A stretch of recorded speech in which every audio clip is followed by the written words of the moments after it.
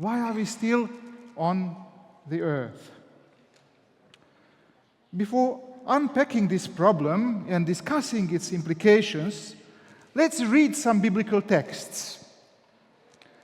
You all know that for the early Christians, the second coming was of vital importance.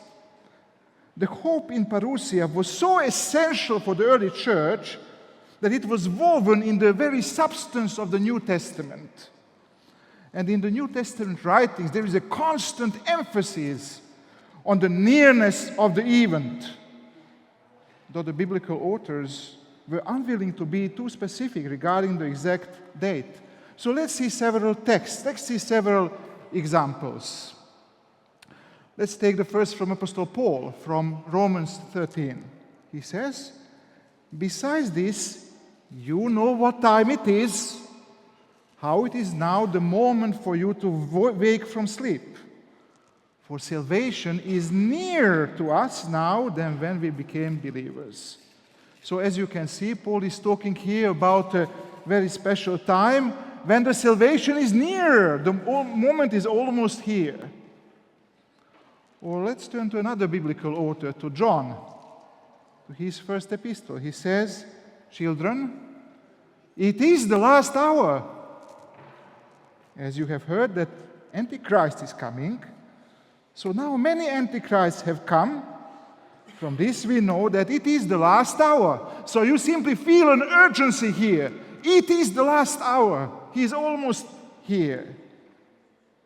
And at the very end of the New Testament, in the book of Revelation, at the very end of chapter 22, we read, "The one who testifies to these things says, 'Surely I am coming soon. Amen. Come, Lord Jesus.'" From these texts, you can conclude that the early Christians looked into future with expectation, with conviction, that they are living in the final age of history. But Jesus did not return in the era of early church, and he has still not come back after 2,000 years. So it is inevitable to face the question that can we talk about the delay of the second coming? And if yes, why? For what reason? Why are we still here on the earth? Let's deal with some terminology. Let's go back to 1906.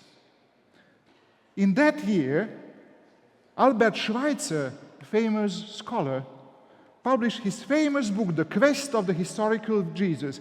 And this book brought an earthquake in the biblical studies. This book ignited a huge interest in the eschatology. So I can, without any exaggeration, I can say that this book was a bomb which was thrown to the study of Bible. It was of work of tremendous influence. It changed completely the landscape. And in this book appeared for the first time a very long German word which was coined by Schweitzer, and that German word is Parousia Verzögerung. You need this one German word, but you need 5 English words to translate it. Okay, the delay of the Parousia.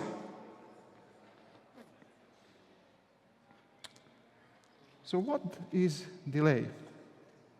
Delay generally implies an extended period of waiting for an event until its actual fulfillment in the future. So the event itself is not under question, only it takes more time to happen. Yesterday my flight was scheduled for 5 o'clock and 10 minutes from Heathrow from London, and there was a great storm in UK. The Heathrow was closed for 2 hours, and my flight was delayed 2 hours and 15 minutes, but it happened, it took place, I'm here. Okay. But for Schweitzer, the concept of the delay signified something completely different. Schweitzer believed that Jesus was an apocalyptic prophet with an eschatological agenda, and his conviction was that Parousia will occur in his lifetime. He went to Jerusalem to enforce the arrival of the kingdom, but the decisive end did not come, and Jesus died on the cross as a disillusioned person, as a failure. So, critical scholars like Schweitzer, they use the expression of delay, of parousia, for signifying a mistake. Okay, a mistake in calculation, even more the cancellation of the second coming of Christ. So the term has basically a negative connotation.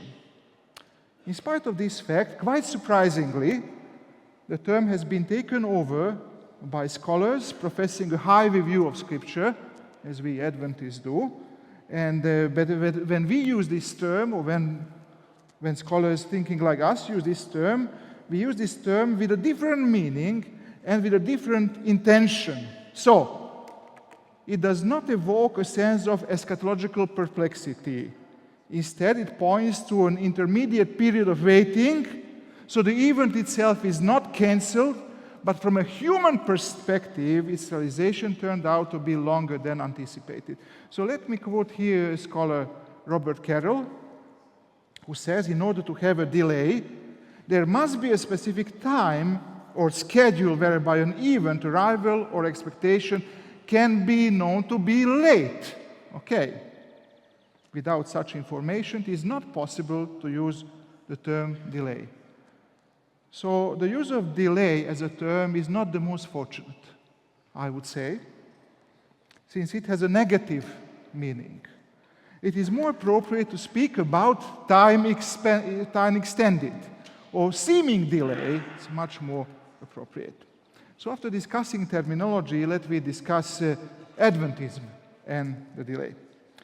From the very beginning, Adventism was rooted in the expectation of the soon coming of Christ.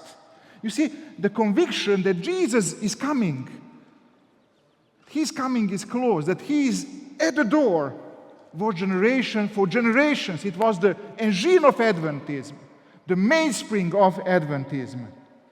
And the strong Advent hope in earlier generations brought a sense of constant expectation, keen observation of the signs of the times, and the habit of seeking links between contemporary political events and prophecies.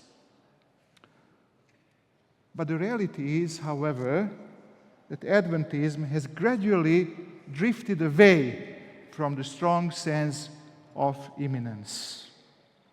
And the critical factor was the passing of the time.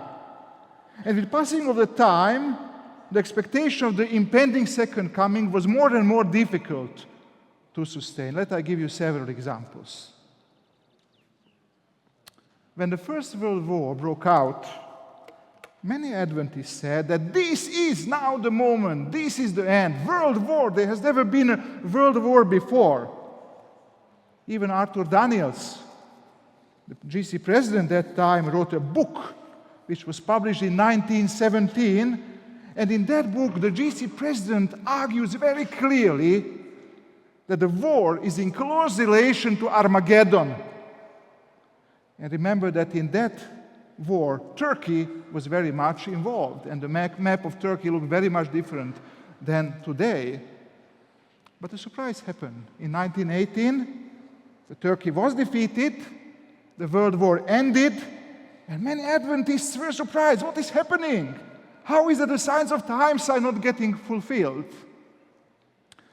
But only 2 decades later, a new world war started, the Second World War.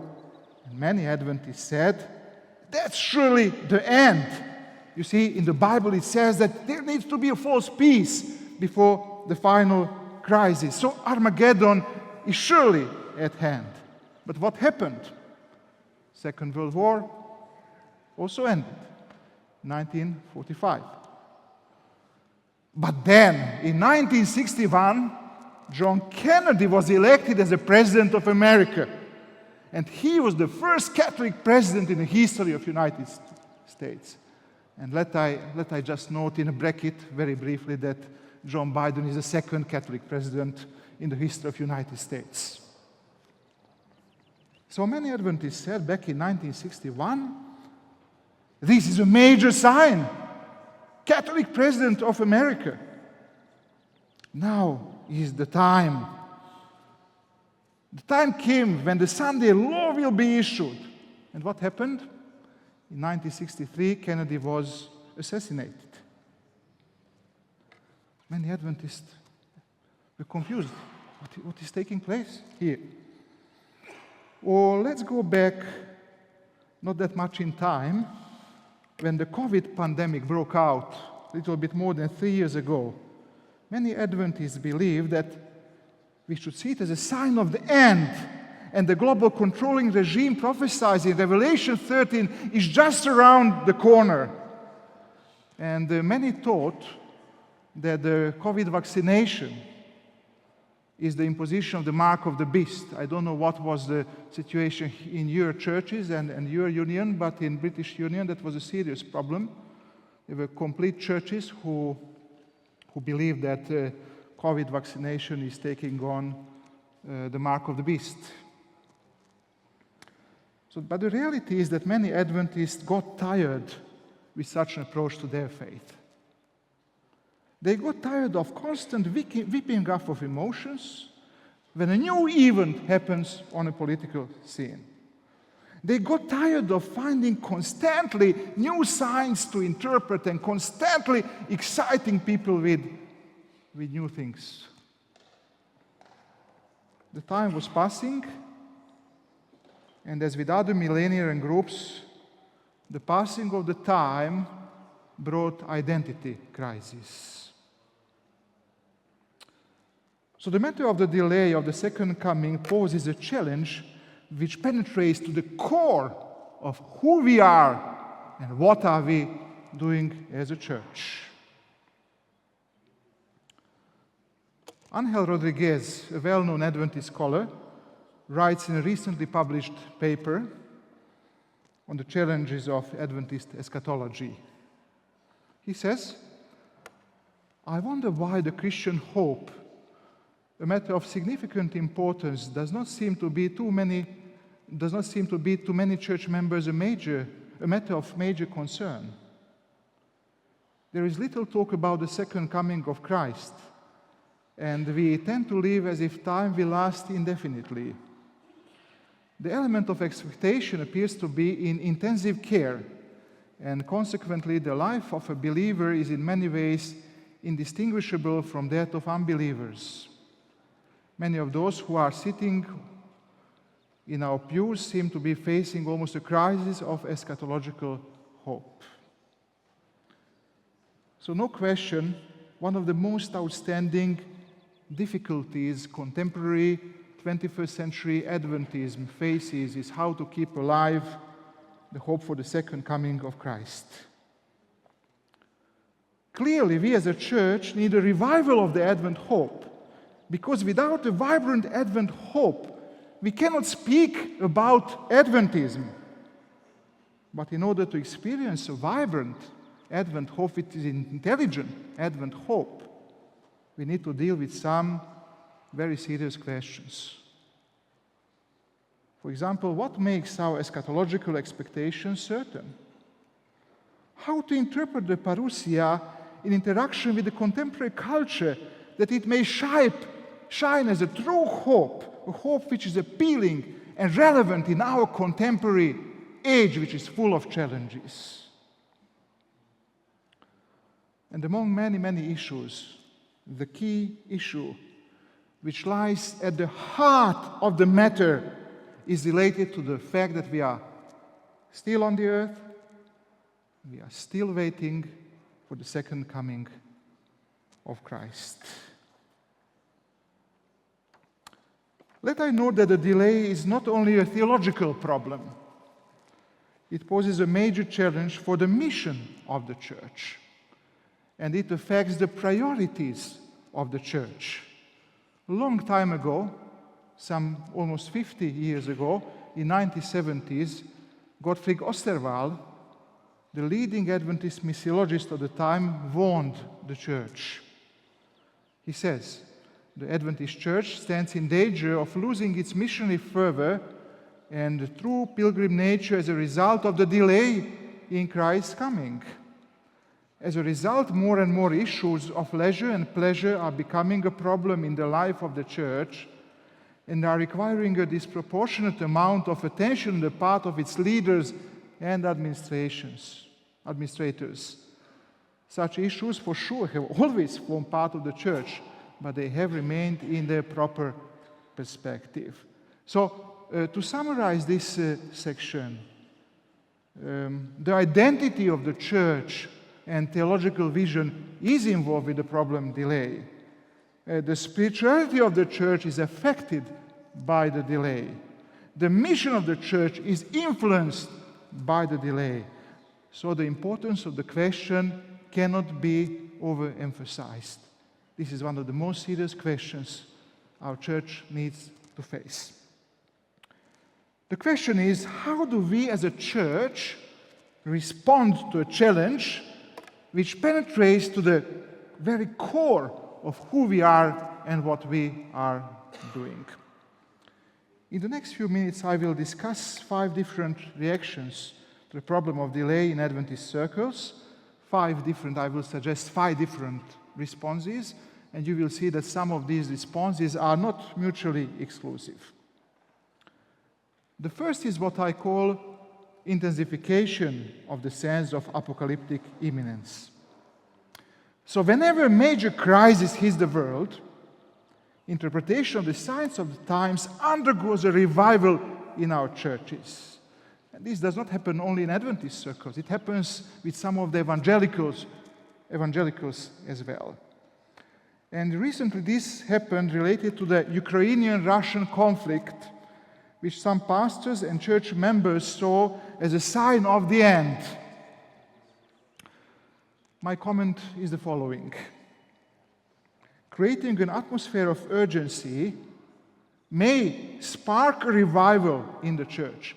It may lead to an intensified missionary activities.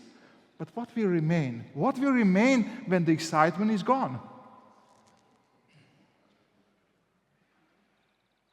Jesus warned against any form of religion which relies heavily on outward signs or miracles. Jesus strongly warned against such kind of approach. And this warning is particularly strong in the Gospel of John. And as you know, in Gospel of John, you have 2 kinds of faith. One faith is a faith which is superficial. And that faith is based on signs, on miracles, on outward impression. And that faith very easily goes away. And there is another faith in Gospel of John contrasted to that way, and that's faith based on the Word, on Logos, on the Word of God. So generating false excitement is unbiblical, and it is also irresponsible. A wiser way is to live every day for the glory of the Lord, seeking opportunities to advance His kingdom. Living as you would running a marathon, not a 100-meter sprint. So that's the first response which we find on part of some church members, pastors, church leaders as well. The second response is what I call eschatological burnout. If we intensively focus on conditions in the world, if we constantly chase fulfillment of signs of the times, whenever a new crisis comes, whenever a new disaster hits, we will experience in one moment an emotional fatigue. And as a result, we become tired. We become weary of waiting, and we may start looking as losers. And some would even experience deep crises of faith. Some would even slip into disbelief and leave not only the church, but also Christianity, God. So I believe that we need to learn the lesson from Aesop's story about the shepherd boy and the wolf, and you know the story very well. See? The The shepherd boy cried a number of times, "Wolf, wolf!" And he lost his credibility. And when the real wolf arrived, no one believed him. So our faith and our disciple-making should not be based on excitement. Let I quote here this guy who knows this very nicely in one of his publications. He says, hope is not a euphoria. Its eagerness is complemented by patience that gives to hope its resilience and durability so that it can survive delay and disappointment without disillusionment. The third response is focusing on human responsibility for the delay.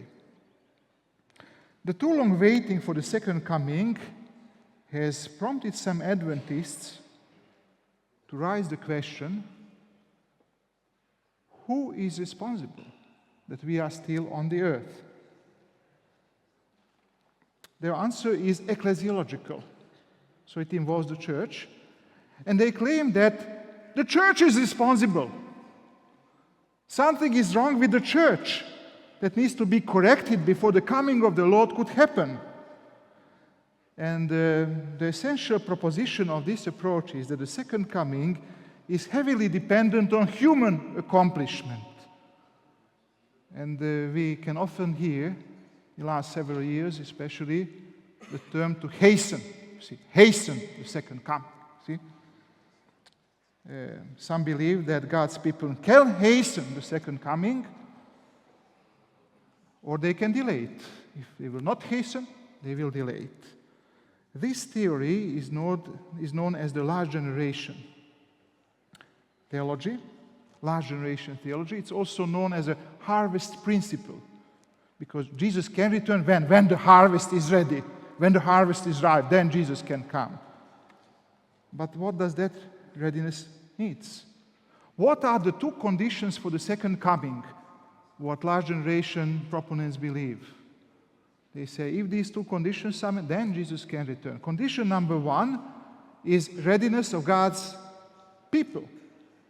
And this readiness means that a significant number of church members need to reach perfection of character. And when they reach, you see, then first condition is met. But that's only the first condition. There's a second condition, and that is the finishing of the work, which is done by dedicated preaching of the gospel to all the people in the world. So when we finish, you see, when we do our parts, then Jesus can come. So the bottom line is the following. The end, the coming or delaying of the second coming depends on whom?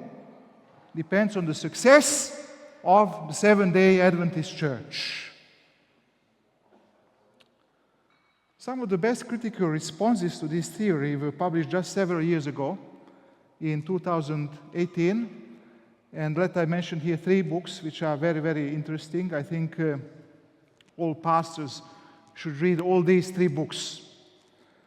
The first one is the monograph written by professors from Andrews University, edited by Jerzy Moskala and Dr. Peckham.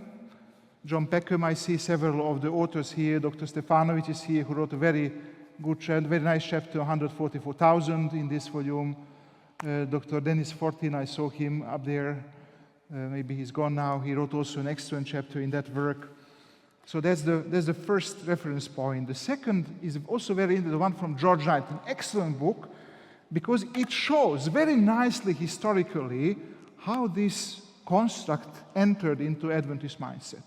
He shows the history. For me, that was an eye-opening book when I read it. He shows step by step, you see, how we get here. Though Hans Larondel, a long time ago, wrote a doctoral dissertation when he countered the propositions of this theory. And the third book is a European response written by Rende Brisma, saying no to last generation theology. The last generation theology is vulnerable or problematic on several grounds. There are many, many problems, but let I mention 4 problems. Number 1, Viewed from a salvation historical point of view, God has never waited for the success of any human factors to deliver a mighty act. Okay? If you look at salvation history, God always cooperates with people. He cooperates with human agencies in carrying out his plan. But he is consistent in making decisions independent of the achievement of his human associates. So look at the flood, look at the Exodus, look at the return from Babylon, or even to the first coming of Christ. In Galatians 4:4, we read, when the time has come, he sent his Son. The second difficulty with large generation theology, major difficulty with this review, is that it simply ignores God's sovereignty. God's sovereignty is subject to human agency. You see, if humans would be in position to hasten the parousia by their efforts, what would that mean? That would mean a very strong salvation by work emphasis. So please don't misunderstand me, don't misquote me. We have a part to play. We have a part to play, no question about that. But ultimately, God is the Lord of the history, of the space and time, and he is in charge, and he is the decision maker because he is sovereign to all. Third problem. If the second coming is dependent on human work, what are the chances that the parousia will occur? See, as you know, the number of non-Christians in our world who have not heard the gospel is increasing rapidly every day. So 8 billion people live on this planet. So the present situation certainly does not allow for the Christ imminent coming. And finally, let I mention one more argument. If we follow the logic of the harvest principle, just the logic of it, then the existence of some generation is the result of what? It's the result of the weak life of previous generations. So why are we here today as pastors? Because the previous generations of pastors did not do a good job. Okay, that's the logic. And this reason is highly problematic, since that would practically mean that some generations are unplanned, existing merely because of the weakness of previous generation. So that would basically relegate some generations of God's people to second-class status. And that's simply unbiblical. The fourth response is focusing on the healing aspect of the gospel. As a consequence of the delay, in the last several decades, the apocalyptic aspect of the gospel has been started to be counterbalanced by an emphasis on the healing aspect of the gospel. It has been recognized that in spite of the future orientation, Adventism needs to make difference here and now on this earth. So it needs to have a concern to make this world a better place. Instead of being pessimistic about the world, instead of withdrawing, you see, we need to make difference here. And this requires social engagement on our part. Not retreating, but serving people in the society. I personally do not see these two aspects of the gospel, the apocalyptic aspect and the healing aspect, as mutually exclusive. We need to seek a balance.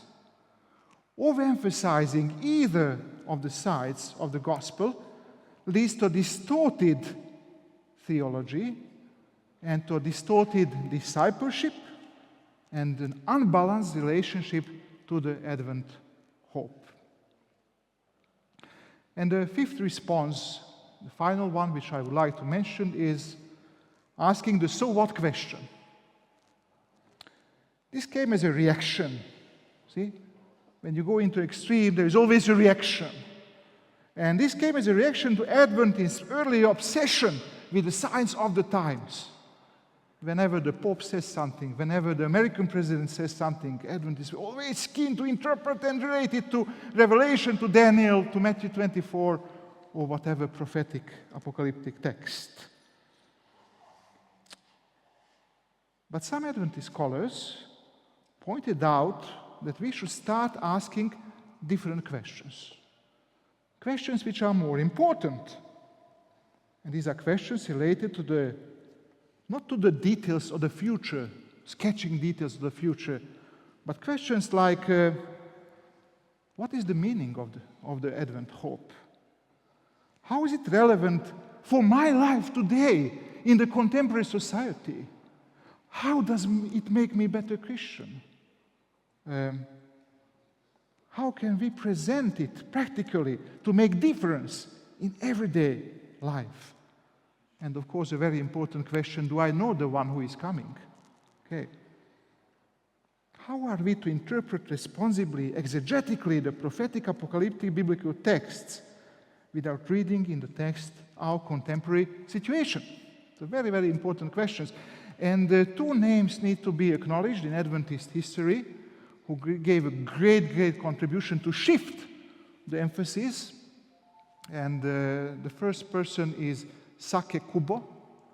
Sake Kubo, he was an Adventist theologian, originally from Japan. He was principal at Newbold College and professor later on in different Adventist institutions. He wrote a brilliant book decades ago, God Meets Man. It has two parts. The Sabbath is one part. The second part is the second coming. And Kubo says, don't be obsessed with the signs of times, but ask the question, what is the meaning? What difference does it make in your life? Ask different questions.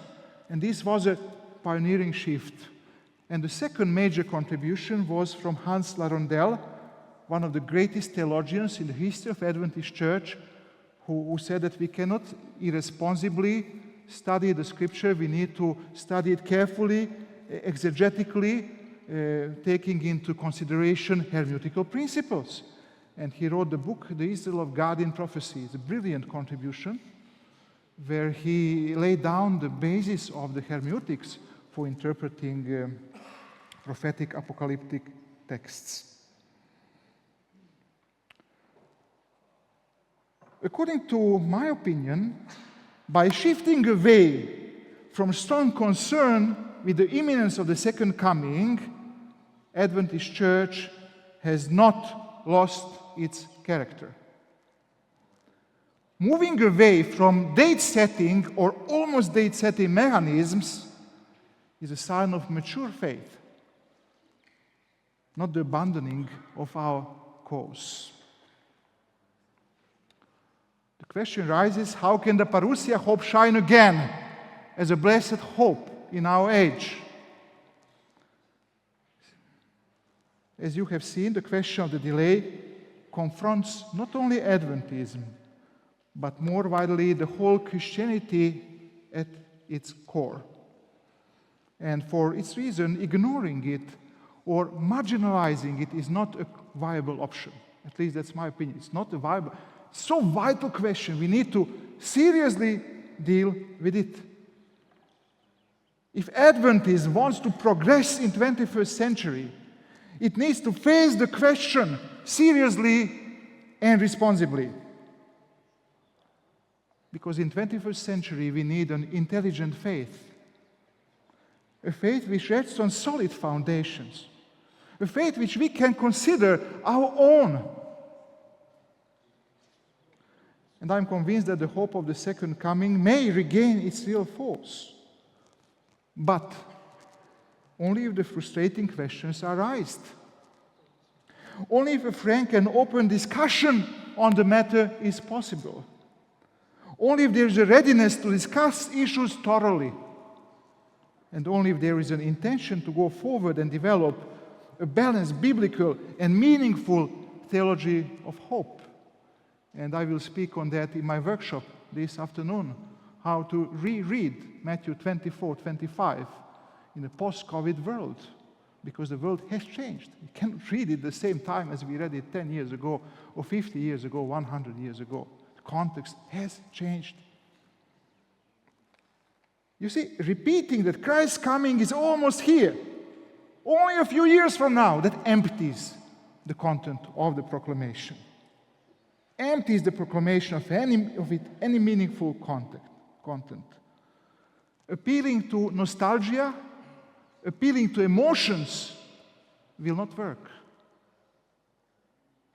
Also, we need to get rid of any guessworks and rationalization. So the issue is too serious to treat it lightly. And we can go forward only if we take responsibility in working through the key difficult questions rather than being content with second-handedness. That's what we receive. That's not enough in 21st century. We need to discover things again, freshly, to resonate with the needs and situation of the current context. And that's intelligent faith.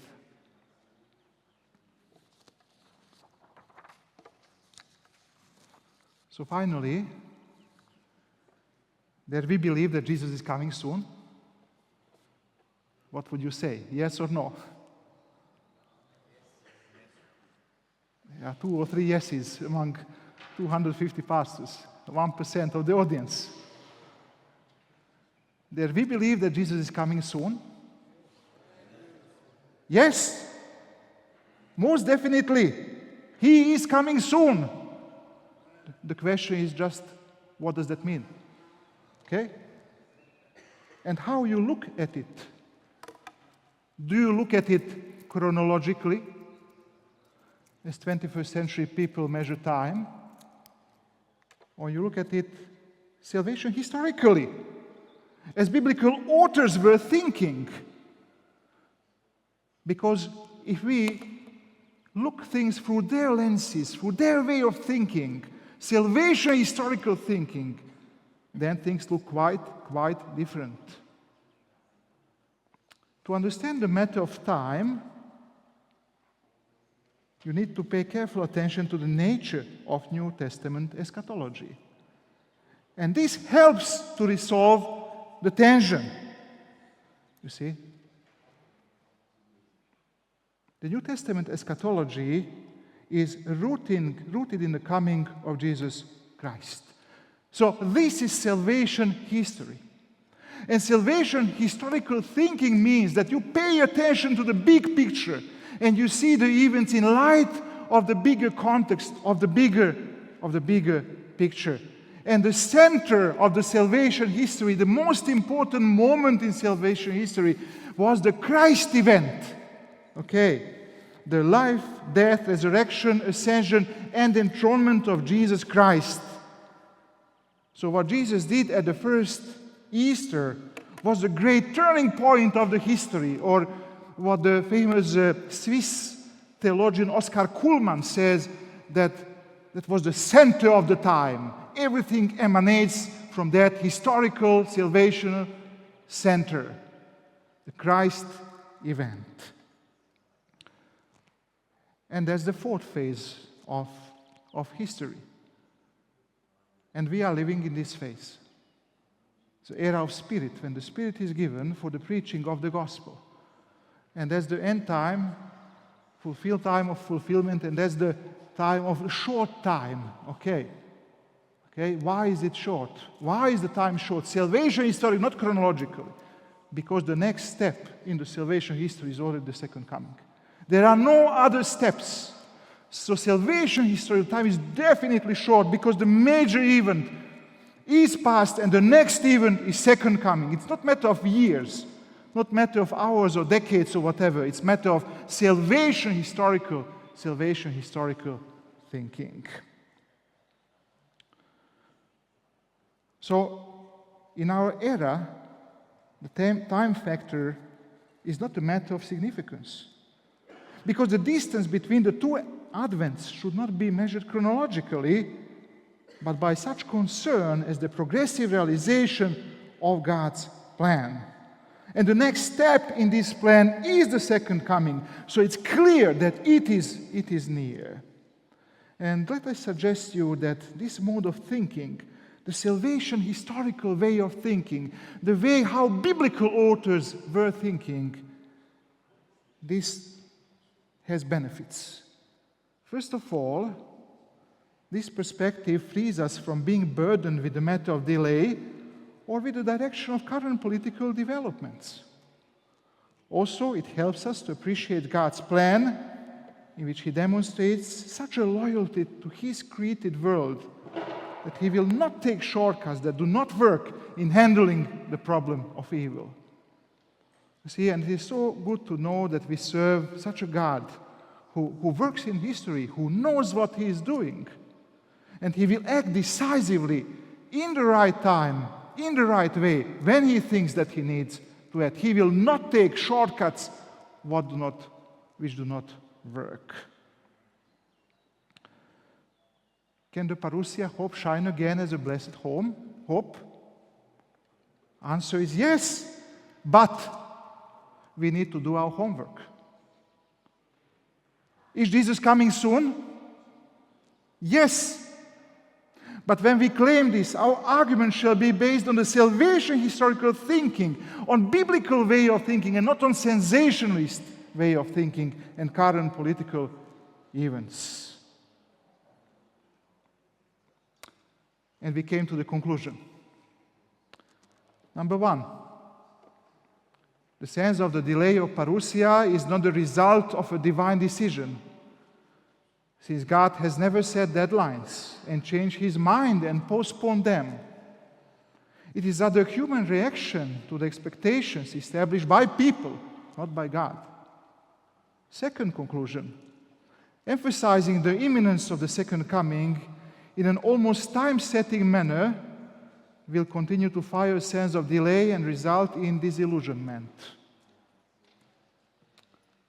Third conclusion, I do not suggest that Christ's second coming is to be put into some distant future and that we should sit back in false security. You have in Matthew 24, you have the parable of the two servants, you see.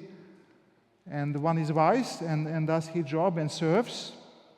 And the other said, no, my Lord delays his coming, you see, and he misbehaves. No, this is not the correct attitude, not at all. It's not what I'm suggesting.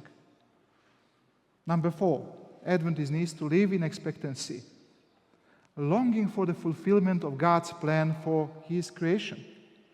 But primarily it needs to focus on serving and witnessing in this world. That's our job as a church. And I would like to finish with a thought coming not from a biblical scholar or a theologian, but from a person coming from the business world.